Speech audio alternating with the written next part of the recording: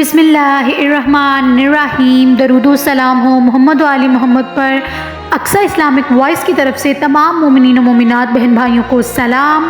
یا علی علیہ السلام مدد۔ مومنین، آج کی اس ویڈیو میں ہم آپ کو بتائیں گے کہ عید زہرہ یا عید شجاع کیا ہے، لیکن اس ویڈیو کی طرف بڑھنے سے پہلے آپ نے ہمارے چینل کو کرنا ہے سبسکرائب۔ اگر آپ کے دل کو آج کی ویڈیو اچھی لگے تو آپ اس ویڈیو کو لائک کر سکتے ہیں اور اپنے دوستوں میں شیئر کر سکتے ہیں۔ بڑھتے ہیں آج کے موضوع کی طرف۔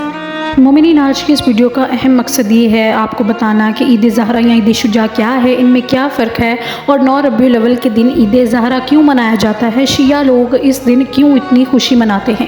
آج کے اس ویڈیو میں تمام معلومات آپ کو دی جائیں گی، لیکن اس سے پہلے آپ ہمارے چینل کو سبسکرائب کر دیجئے۔ اگر آج کی ویڈیو پسند آتی ہے تو آپ اسے لائک کر دیجئے اور اپنے دوستوں میں شیئر کر دیجئے۔ 8 ربیع الاول کو ہمارے 11ویں امام حسن عسکری علیہ السلام کی وفات کے ساتھ عزاداری کا 2 ماہ کا غیر معمولی دور اپنے عروج کو پہنچتا ہے۔ اس کے بعد آنے والا دن روایت کے مطابق اہل بیت علیہ السلام کے چاہنے والوں کے لیے سب سے بڑی عید جشن ہے، عید زہرہ کے نام سے جانا جاتا ہے۔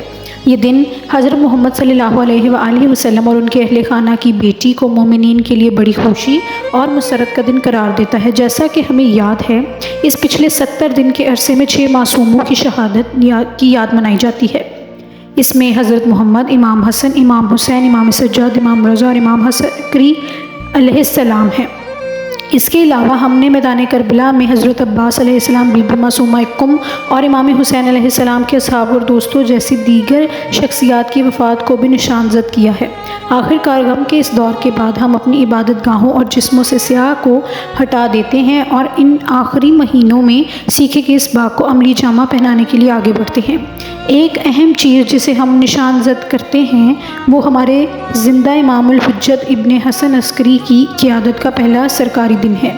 جیسا کہ ہماری دعاؤں، زیارتوں اور روایات میں بیان کیا گیا ہے، ہمارے 12ویں امام کی واپسی کربلا میں بہائے گئے خون کا بدلہ ہوگا۔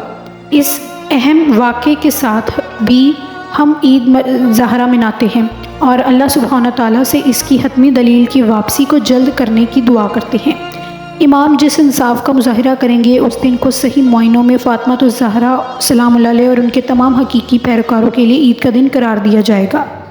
تاریخ کے راوی 4 تاریخی واقعات بتاتے ہیں جو 9 ربیع الاول کے دن کو اہم قرار دیتے ہیں۔ سب سے پہلے بہت سے مورخین کا خیال ہے کہ رسول اللہ صلی اللہ علیہ وآلہ وسلم کو 9 ربیع الاول کو پیدا ہوئے۔ اس کے علاوہ 2 قول ہیں، 12 ربیع الاول اور 17 ربیع الاول بالترتیب۔ شیعوں کے نزدیک سب سے زیادہ مقبول روایت وہ ہے جس میں کہا گیا ہے کہ حضرت محمد صلی اللہ علیہ وآلہ وسلم کی ولادت 17 ربیع الاول 570 عیسوی کو ہوئی۔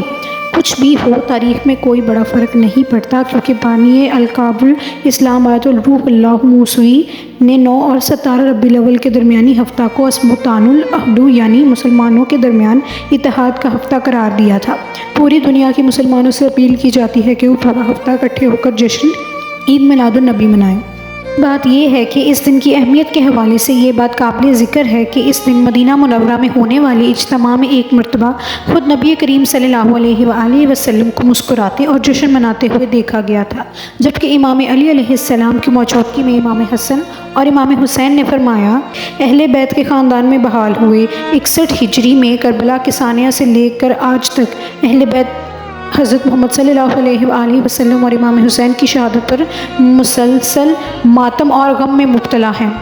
یہ بات تیسری گواہی یہ کہ 9 ربیع الاول کو مختار بن عبید اللہ ثقفی ابراہیم نے مالک اشتر اور دوسرے لوگوں کے ساتھ امام حسین علیہ السلام کے خون کا بدلہ لینے کے لیے اٹھ کھڑے ہوئے۔ انہوں نے کربلا کے ہر قاتل کو گرفتار کر کے پھانسی دی۔ آخر کار مختار نے عمر بن سعد ابن ابی وقاص جو کربلا کے یزید کے فوج کے کمانڈر چیف تھے اور عبید اللہ بن ابن زیاد کوفہ میں یزید کے گورنر کو گرفتار کیا، اس نے ان کے سر قلم کیے اور ان کے سر مدینہ میں امام علی ابن حسین زین العابدین علیہ السلام کے پاس بھیجے۔ یہ دونوں سر 9 ربیع الاول کو امام علی ابن حسین زین العابدین علیہ السلام کے پاس پہنچے اور انہیں دیکھ کر امام علیہ السلام سجدے میں چلے گئے اور فرمایا، میں شکر ادا کرتا ہوں اللہ سبحانہ تعالیٰ جس نے مجھے آج تک زندہ رکھا تاکہ میں ان ظالموں کے سروں کو دیکھ سکوں جنہوں نے میرے والد کو قتل کیا۔ اس کے بعد امام علی ابن الحسین زین العابدین علیہ السلام نے اپنے خاندان کے افراد کو حکم دیا کہ وہ ماتم کے لباس کو اتار دیں، خود کو سنواریں اور اس دن کو خوشی اور مسرت کے ساتھ منائیں۔ امام حسین علیہ السلام کا قاتل عمر بن سعد ابن ابی وقاص وبا